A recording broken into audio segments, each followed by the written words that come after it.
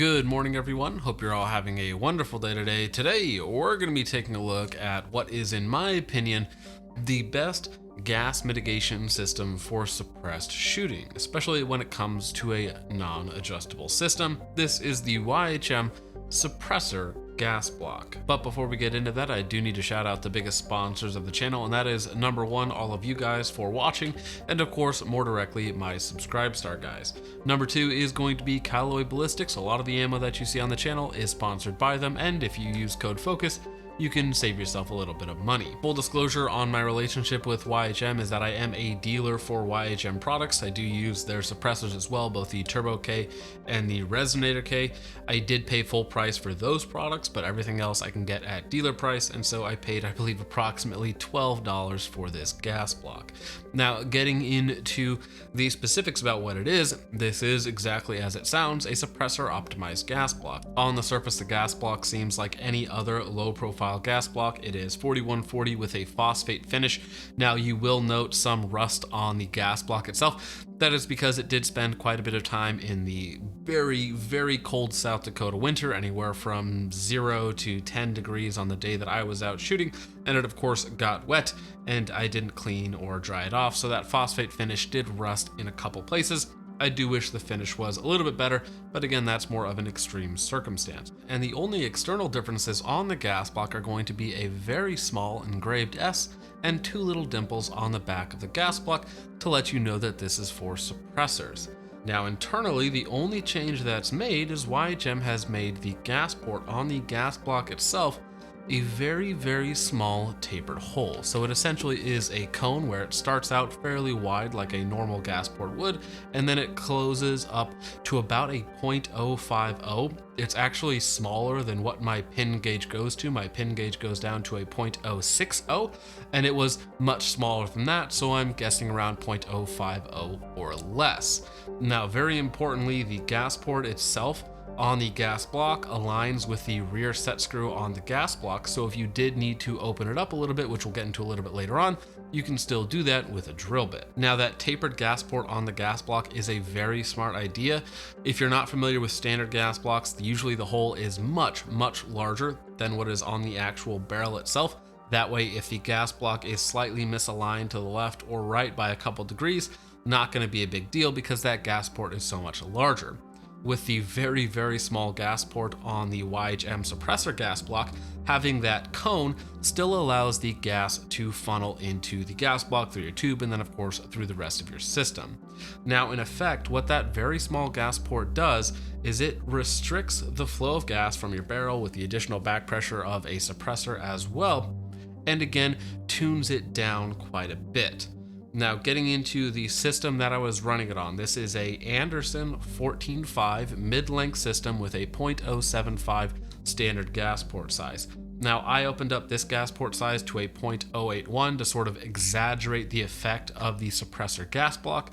So I will show you some before footage of shooting without the suppressor gas block installed and a suppressor, and without a suppressor as well, so you can kind of see how it runs. Overgassed, lots of gas back in the face. This is using M855. Oh, very rarely do I ever get gassed out, but I actually couldn't see there. Well, that's actually infinitely better just by swapping up. This is the KAK A5 system, KAK A5 system with one of their new A5 buffers with the second stage mechanism, and that is infinitely better. Still bad, but I don't get that horrible gas back in the face before we switch to the other gas block. Whoa. That's barely cycling, but that is damn that worked. Now, the Anderson 14.5, again with that gas port opened up to a .081 when unsuppressed using a KAK A5 system. So this is actually a longer tube with a longer buffer and a stronger spring as well. This is a A5H4, I want to say. So it is a very, very heavy buffer. With that system, when unsuppressed, it would eject beautifully at about 3:30 to 4 o'clock with, I believe, Armscore 55 grain. Not the hottest ammo on the market, but even with that bigger gas port size, unsuppressed, it was still very easy to tune it down to an acceptable level. However, when we throw a suppressor into the mix, it was brutally overgassed. Keep in mind, this is using the YHM Turbo K with a Reardon, Plan B, adapter, and muzzle device. Now, in this configuration, without the suppressor gas block, this lower has a carbine buffer carbine spring. It was absolutely brutal in terms of the gas back to the face. One of the few times that I actually get gassed out with a system was this without the suppressor gas block. When I used it on, again, the CAC A5 system, with the much heavier buffer, the much stronger spring, that did tune it down a little bit, but you could still tell that it was very, very overgassed. Now, when switching to the YHM Suppressor Gas Block, the result was amazing with no additional tuning.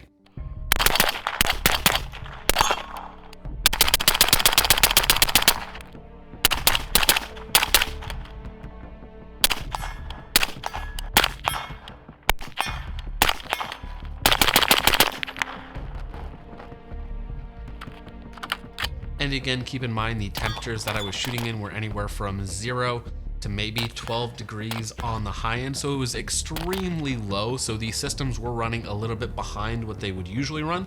And while it did shoot beautifully with the CAC A5 system, it was a little bit towards the bleeding edge of reliability, even with a suppressor with the suppressor gas block on, and still running very, very nicely with the carbine system.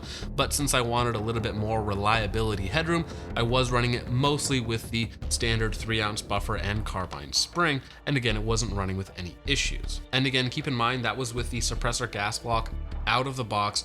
No tuning whatsoever. I didn't have to fiddle with the gas port size at all. And again, that's on a device that retails at $20 and doesn't complicate your installation whatsoever. Now, there is another system that I've tested out in the past. Similarly, it is the BRT Easy gas tube, Easy Tune gas tube. Those, however, retail from anywhere from $50 to about $90, depending on how much work you're having them do, which is a ridiculous amount of money for such a simple product. YHM charging $20 for a gas block with a similar design, probably even more robust considering this is made out of 4140, which is essentially the same steel as the barrel, and this system works in essentially the exact same way, but for 1/3 to 1/5 the cost. So as far as I go, the BRT Easy gas tube has absolutely no reason to exist at this point when you can pick up a YHM suppressor gas block. Now, the advantage of these systems versus like an adjustable gas block, adjustable carrier key, adjustable whatever system you have to mitigate the gas that has some sort of adjustment, is that those do have a potential to wear out over time or to cause a additional failure point. Whereas when you're throwing on a gas block like this, sure, it might slightly open up over the next 10,000 rounds, but it is almost assuredly going to be more robust than an adjustable system. And again, keep in mind that you can open up the gas port on the gas block itself. Let's say you're using a system with a different suppressor that has less back pressure, so you need less flow restriction, but you still want to reduce it somewhat. You can go to your local hardware store, buy some wire gauge drill bits, and slowly open it up at about 1 to 3 thousandths at a time. But again, in at least this configuration here with a relatively high back pressure can, it ran beautifully out of the box. Now, one of the big downsides of this is if you wanted a system that was still incredibly simple but would run suppressed and unsuppressed. Now, I was able to get this system running unsuppressed, but the only way that I could do that was with a reduced power spring, a 1-ounce ultralight buffer, and running some Hornady Super Performance 73 grain ammunition, which is one of the hottest loads out there. That would cycle and eject at the bleeding edge of reliability with, again, the stock gas port size on the gas block.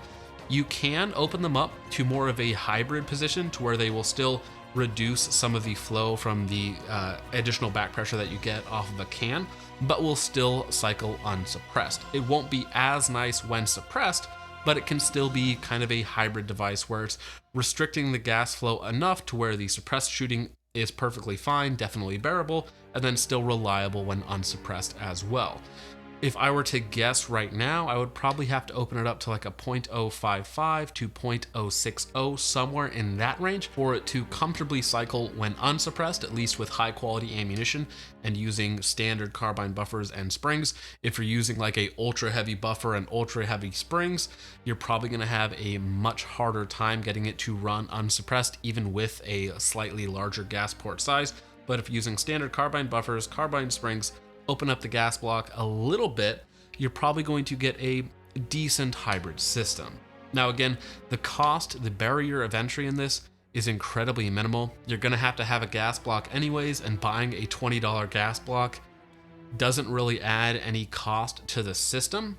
Now you could just say, well, just buy a Criterion barrel that's gassed properly from the factory. Well, a Criterion barrel is $300, and you know, they're very accurate, they're very nice, they're very durable barrels, of course, but a $20 suppressor gas block is probably one of the cheapest and simplest solutions to a overgassed system, or just with a system that's normally gassed, because again, when running unsuppressed, this system, the 14.5 mid, runs perfectly fine, but with a suppressor in there, it is a little bit overgassed. So something like this, if you're willing to tinker with it, or you want just a dedicated suppressed build, I think it can definitely work. For most people, especially if you're a low volume shooter, you're still probably better off with an adjustable gas block that you can tune to your heart's content. If you're somebody who shoots a lot and you're looking for a one-stop solution that does not add an additional failure point, then the YHM gas block is probably the way to go, and you can probably just forget about the BRT EZ gas tube. So again, it's definitely not for everybody, but if you do find yourself looking for a solution for a dedicated suppressed build, something that you're basically never going to be shooting unsuppressed, this is absolutely the way to go if you're looking for a incredibly simple solution. Again, that's probably not the majority of people out there. And again, some sort of adjustable system is going to have a much wider appeal. And again, I'm not going to be putting these gas blocks on all of my guns either, but I'm definitely going to keep a couple around for specific builds where it calls for it. So with all of that out of the way, guys, let me know what you guys think of the YHM Suppressor Gas Block in the comments down below, and how you think it compares to some other systems on the market. But once again, with all of that out of the way, guys, thank you so much for watching. I hope you all enjoyed. I will see you in the next one. God bless.